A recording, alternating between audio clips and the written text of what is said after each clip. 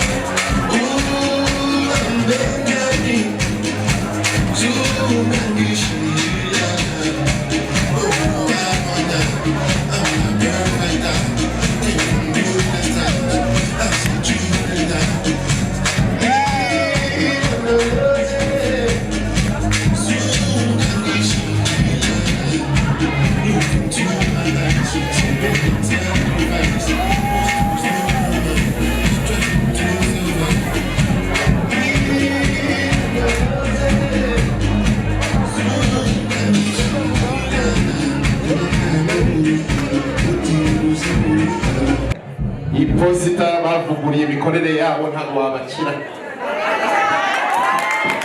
Nimuduhe amashyi. Murakoze cyane.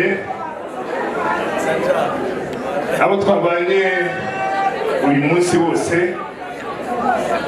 ndagira ngo mwabonye ko ari umunsi w'ishimwe. Twe nk'umuryango w'Iposita rero ni umunsi w'agahebuzo. Babwije kuri uyu munsi twari tutegereje hashize amajoro nagiye kuyavuga ariko wenda mwishyirireho kubera yuko Alfred Boofet buri wese yagenda akamubwira ati ariko se igihe wagendeye ntabwo urabona Fiona. None rero uyu munsi Fiona twamubonye. Fiona ndagira ngo mubwire rwose yuko ubonye umugabo mwiza, ubonye umugabo ufite ibitekerezo, ubonye umugabo w'umukozi. Natwe nk'umuryango w'Iposita twishimiye kukwakira. Ufite abatante, ufite barumuna bawe, ufite bakuru bawe, tukwifurize kwisanzura.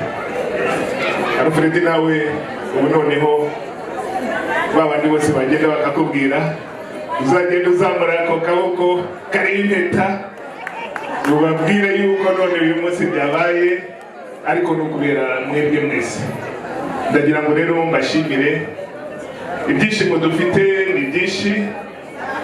Ahangaha twashatse kubikora nkaho ari ibaruwa ariko Alfred nako Fiona nuza gufungura urasanga ari ubutumwa bw'Iposita. Iposita ni ikigo gikomeye, mwitegure kukibona muri iyi minsi. Murakoze cyane. Abatagerayo abandi barabagererayo, cyo kimwe n'Iposita y'iki gihe.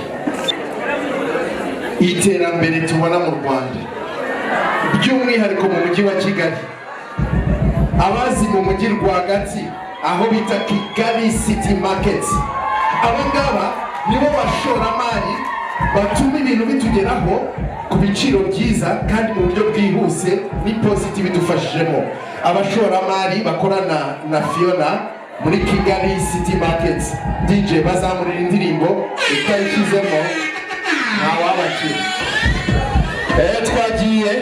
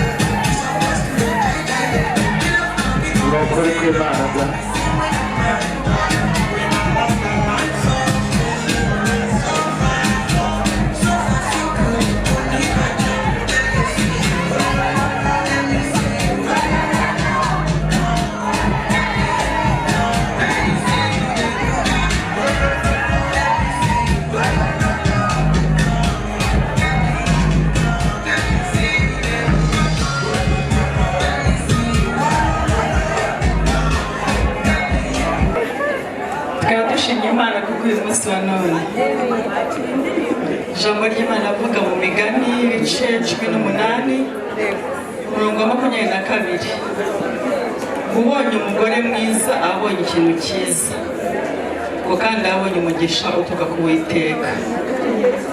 Turashaka kubwira Boofet rero ko uyu munsi ubonye umugisha uturuka ku Uwiteka, ubonye kirenze umugore. Haleluya. Rero tubana na Fiona umunsi ku wundi mu bintu byinshi bitandukanye. Tukaba dushaka kubwira Boofet ndetse n'umuryango duhaye Fiona yuko Fiona ahora aseka. Ubundi bitwenge kuri we ni karande. Rero nk'inshuti za Fiona hari ikintu ushaka kwisabira Boofet, ni amagambo abiri tugiye kugusaba tutizimbye mu magambo, kugeza Kristo agarutse gutwara itorero cyangwa urupfu rwatandukanije, uzamurinde kurira. Iryo ni ryo jambo rya mbere tugusabye, uzamurinde kurira. Ijambo rya kabiri tugiye kukwisabira ducishijwe bugufi cyane, uzamurinde ijambo iyo mbimenya, uzaba utugiriye neza. Imana ibahe umugisha mwinshi cyane. Murakoze. Umva bashiriremo umuziki naho undi ntibava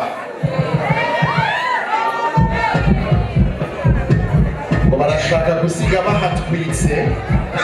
Reka turebe ukuntu batwika muri Kigali City Market, ariko tubyihutishe kugira ngo n'abandi babone umwanya.